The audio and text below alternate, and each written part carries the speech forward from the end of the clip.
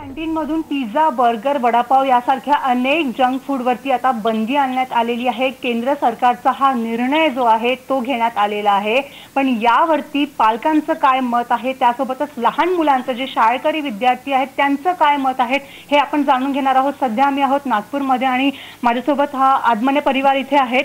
काही लहान मुलं सुद्धा आहेत जे शाळेत जातात आणि त्यांचे पेरेंट्स इथे बसलेले आहेत। त्यांच्याकडून आपण जाणून घेणार आहोत की ते या सरकारचं हे जे सरकारने डिसाइड केलेलं आहे यावरती त्यांचं काय मत आहे। तुम्ही काय सांगणार आहात, तुम्ही कसं बघता या निर्णयाला?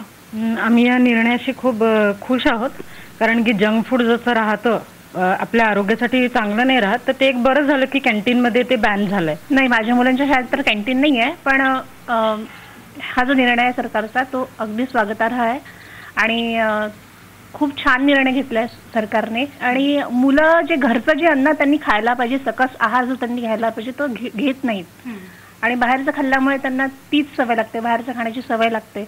आणि म्हणूनच मला असं वाटतं की घरचं जास्तीत जास्त घरचं पौष्टिक अन्न त्यांनी खायला हवं आणि सरकारने हा जो निर्णय घेतलाय तो योग्यच घेतलेला आहे।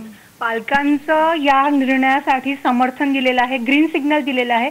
पण इथे काही शाळकरी लहान लहान मुलं विद्यार्थी आहेत, त्यांच्याकडून जाणून घेणार आहोत की त्यांना हा निर्णय कसा वाटलेला आहे। कुठल्या शाळेला आहेस तू?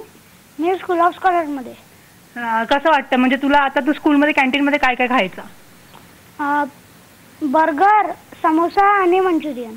अच्छा, तर आता तुला हे मिळणार नाहीये कॅन्टीनमध्ये? हा। तर मग आता काय खाणार आहेस? भाजी पोळी। भाजी पोळी। भाजी पोळी आता रेग्युलर हा शाळेमध्ये खाणार आहे असं याने प्रॉमिस केलेलं आहे। तू काय खात होतास कॅन्टीनमध्ये? Burger, pizza, chips. अच्छा, पण आता हे सगळं मिळणार नाहीये तुला? बहुत बुरा हुआ। पालकांनी या निर्णयाला समर्थन देऊन ग्रीन सिग्नल दिलेला आहे, पण बच्चा कंपनी मात्र म्हणतायत की बहुत बुरा हुआ है। तर त्यामुळे यांच्या प्रतिक्रिया साहजिक आहेत, कारण त्यांना हे सगळं आवडतं पण तेवढंच त्यांना हानिकारक सुद्धा आहे अशी याची जाणीव मात्र बच्चा कंपनीने नसल्यामुळे हे अशा प्रतिक्रिया देत आहेत।